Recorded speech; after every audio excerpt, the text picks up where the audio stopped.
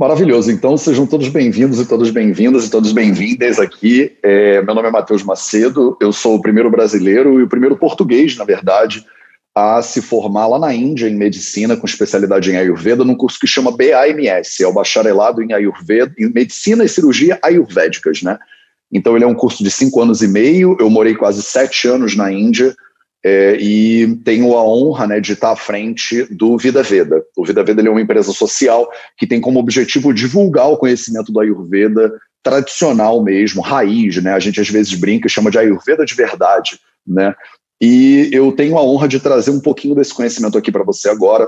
E, na verdade, eu tenho esse desafio de falar em 30 minutos, que é um troço que eu não sei fazer. As lives, as mais curtas, têm 1 hora e meia, às vezes. Eu dou curso de final de semana inteiro, enfim. Mas eu quero tentar gerar o maior valor que eu puder para a sua vida agora, para o seu conhecimento.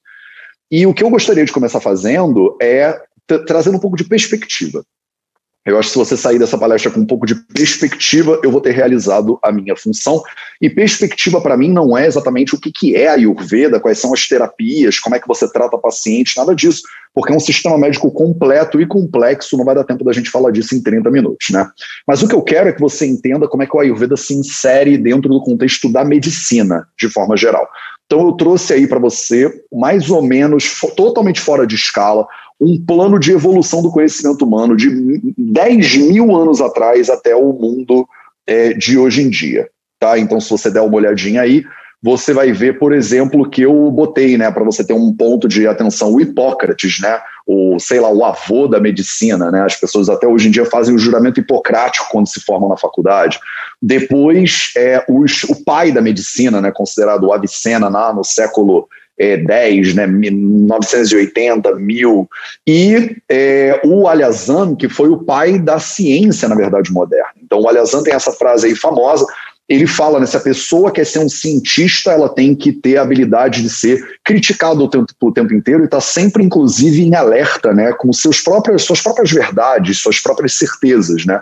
O pensamento científico é um pensamento aberto, um pensamento não dogmático, um pensamento curioso.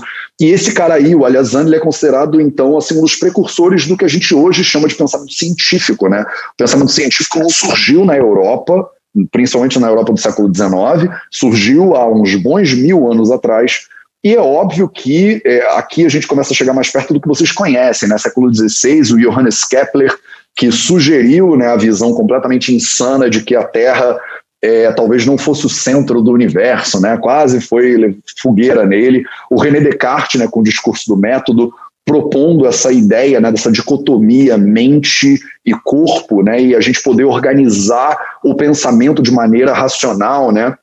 O René Descartes é famoso pela frase penso, logo existo. Então a gente colocando nessa época das luzes, né, colocando o raciocínio acima de todas as outras coisas, né? Não é à toa que a gente começou a valorizar, e essa é a verdade até hoje, o raciocínio lógico-matemático e as ciências exatas, né, como ciências reais, né, de ouro, enquanto que as artes, né, música e tal, é coisa de gente de humanas, né? Eu pessoalmente sou de humanas e de bio também, então eu posso fazer bullying com a minha galera, né? E aí, em seguida, você vê lá, já no século XIX, o que a gente chama de medicina, né, hoje em dia. Então, o William Morton, ele foi o primeiro cara a fazer uma cirurgia com uso de anestesia, né, lá no século XIX. Olha que loucura, isso não tem 200 anos, vai?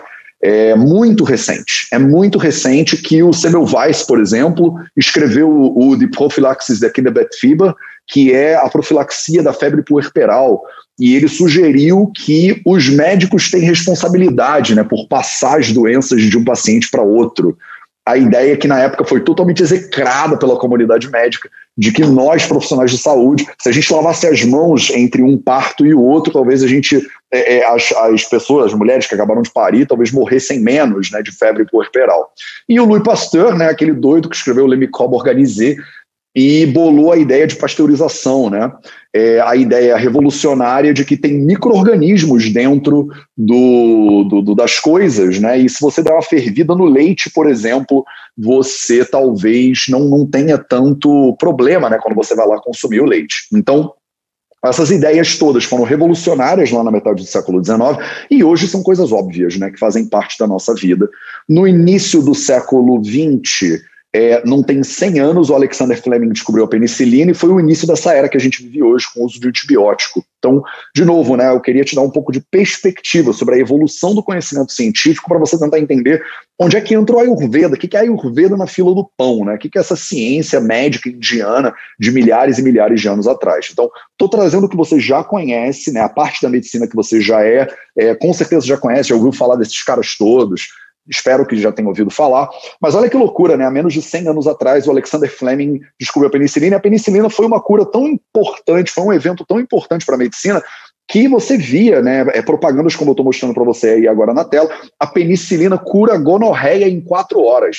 Você imagina ter um outdoor, né, falando da penicilina cura a gonorreia, imagina a quantidade de gente que não tinha gonorreia, para a penicilina ser mostrada como essa cura, né, da gonorreia. Então, isso inaugurou a era dos antibióticos, que é a era que a gente vive agora, e que parece estar demonstrando sinais de que está chegando ao final, né, nas próximas décadas aí.